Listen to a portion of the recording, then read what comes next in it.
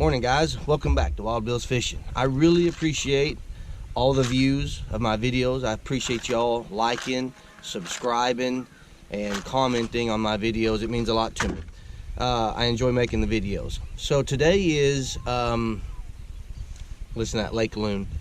Today is December the 27th, 2019, and the wind's calm this morning. It's going to be picking up about 10 to 15 miles an hour towards noon. Anyway, let's go fishing. Hey guys, I want to show you real quick a convenient way to anchor your boat or tie it off to the dock. Look at this here. If you'll have a rope that's long enough to go from the front and the back tie-offs, whatever them things are called, I'm not exactly for sure. And then what I do is I'll have it where I can loop it around this thing in the middle. And what that allows you to do is you can have control of your boat both ways. Hold on. Yeah, you can control the back of the boat. You can control the front of the boat from one point. And like I say, you can just wrap it around like that. And if the wind's blowing, your back can't go too far, and your front can't go too far. It's for me, it's a really convenient way to tie off your boat while you pull your truck, launch it, whatever you need to do. I just want to show you that real quick.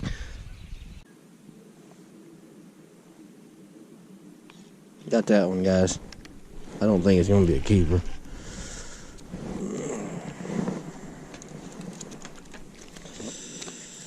That one was about, actually about 10 or 12 feet.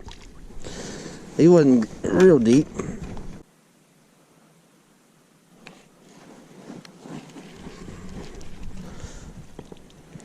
Short. I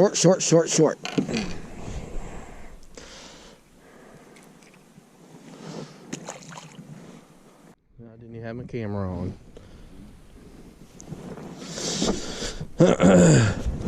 Well, first crappie, first keeper crappie. I was down there about 15 feet.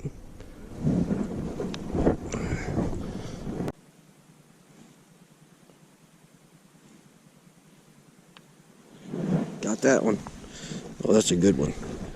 He's a keeper. Get in here. All right. Well. Yes.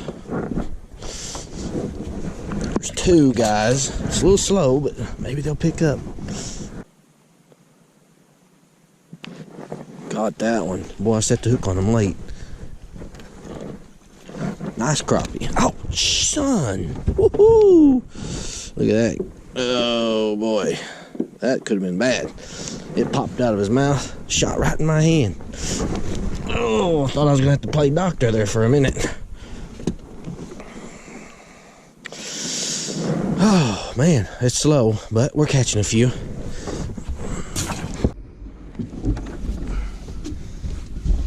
Okay, guys. So I've been fishing a couple hours here.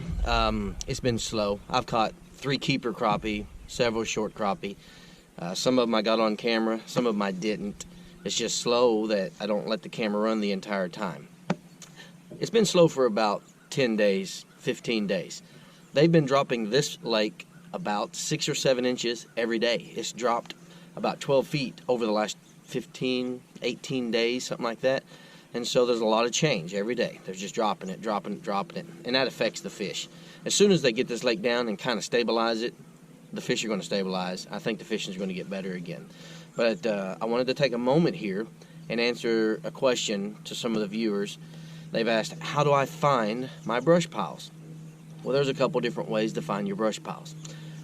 Number one, friends. If you got some fishing buddies that are close enough to you and like you enough that they're going to share brush pile locations with you, that's great. I've got some friends like that. I share some of my brush piles with some of my friends. You know, it's just kind of a give and take, share and share. Another way to locate brush piles is the conservation department of your state. They actually cut trees down and make brush piles, and they allow people to make brush piles that have a permit to do so, and they will reveal those locations either on an app or a map, So just check with your conservation department of your particular state. I'll bet you that you're going to find some brush piles that way. Another way is, I guess you can make your own. I've never really had to make my own. There's plenty of them on this lake. All the lakes that I've ever fished, there's plenty of brush piles. So I never saw the need to make my own brush piles. Another way, the final way, is just good old-fashioned lake work. Get out there while you're fishing, watch your sonars, see if you go over any brush piles. You know, a lot of times when you're bass fishing, walleye fishing, you're beating these banks and you're sitting in 20, 30 foot of water, you'd be surprised how many times you go over top of a brush pile. You're not fishing it, you know, you're just fishing the bank, but you'll see that brush pile. You mark it on your graph. And then just driving around, lake work, doing, you know, just looking for brush piles with your sonar on points and flats, and the brush piles are everywhere. There's no telling where somebody's going to put a brush pile, sometimes in the middle of the channel. So you just got to get out there and look for them and mark them on your graph. Once you find them and mark them, then you can, you know, fish them. And that's a whole nother story. Which brush piles do I fish? Well, it really just depends on the time of the year, the water temperature, the mood of the fish, there's, where the shad are, where the bait fish are. There's so many things that determine which brush pile should I be fishing. And it's hard to say. I mean, I usually just start hitting brush piles. I'll go shallow to deep, deep to shallow, and until I kind of get a pattern going. And once I've got a pattern, okay, they're hitting brush piles in 30 foot of water, the top of the brush pile's got to come up to 20 foot or something like that. Then I can go to different brush piles that are fitting that description. And that's it. So here in a second, I'm going to fire up the motor, and I know where a brush pile is right over here. I'm going to drive over it. I'm going to show you how I see them on my sonar with my down imaging, my side scan, and mark them on my graph. Once they're marked, you can just fish them and then see if they produce any fish. And another thing to know about brush piles. Today, brush piles A, B, and C will produce fish. Tomorrow, no, A, B, and C don't produce anything. It'll be D, E, and F or something like that. It's just weird. You just got to get out there and fish. You just got to keep hammering at it. And those who are faithful and just keep on it, regardless of weather and everything else, you know, most of the time they're successful. Hope that helps you. Y'all have a good day. Thanks. Okay, guys. So, this is my Lowrance 7-inch Elite TI. Pretty good graph. I really like it. You know, if you're looking for brush piles, you don't know any's in the area, usually you put it on your down scan or your side scan. I'm going to put this, I'm going to put this on side scan, left and right. Now this is not a graph tutorial. There's plenty of videos out there showing you how to use your equipment. Let's fire up the big motor. Let's circle around here.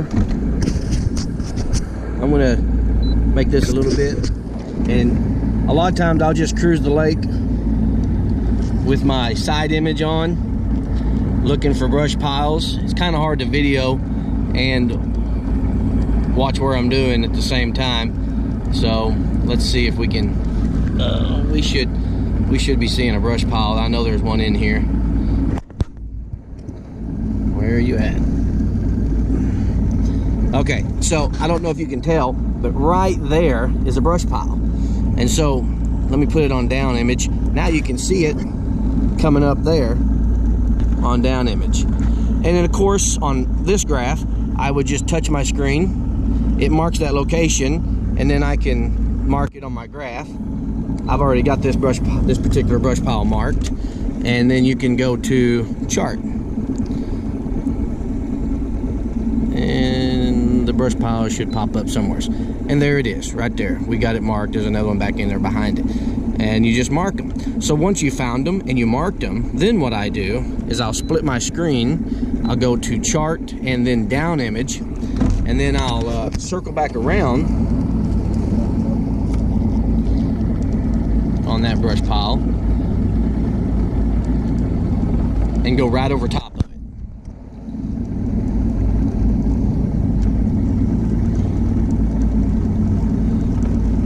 And you'll see,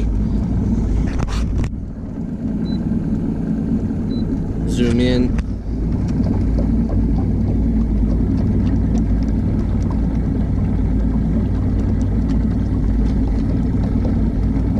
so I use my side scan a lot to find them, mark them, and then I'll after I've marked them, then I'll go back over top of them with my down image and see what they kind of look like, a little bit more definition with the down imaging, see if there's fish on it, see if I want to fish it, if I want to try it, throw a buoy on it, you know, that sort of stuff. Anyway, we should be coming right over top of it. So if you watch, we should be real close. There we are. And so we've passed the location, and there's the brush pile on down image. And it shows some fish in there.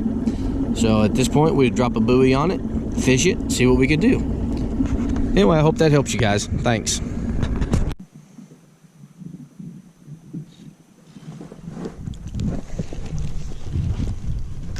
Get in here.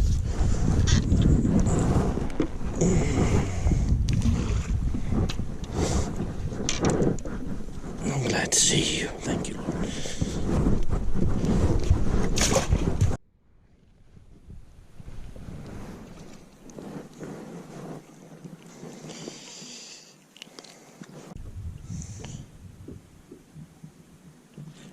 There we go.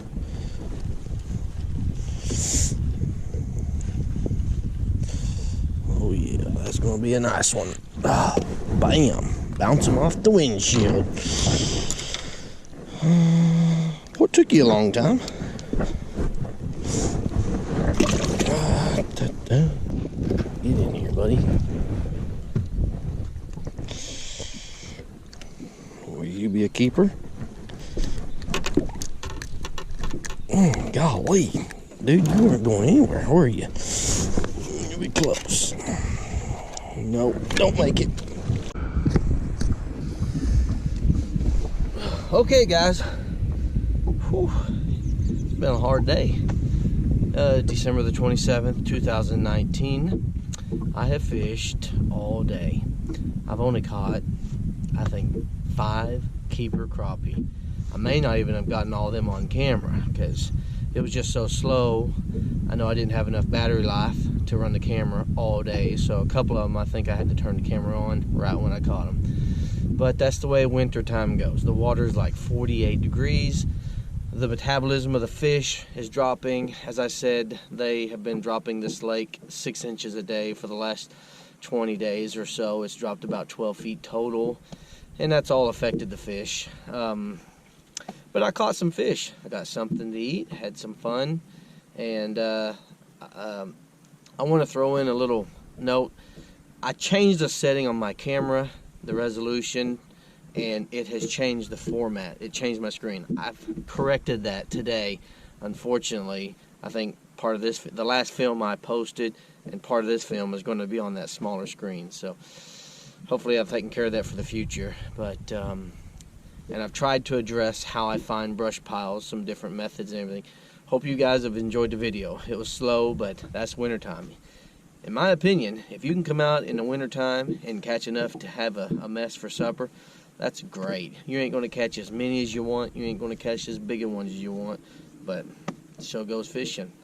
Thank you guys. Thanks for watching. Have a good day.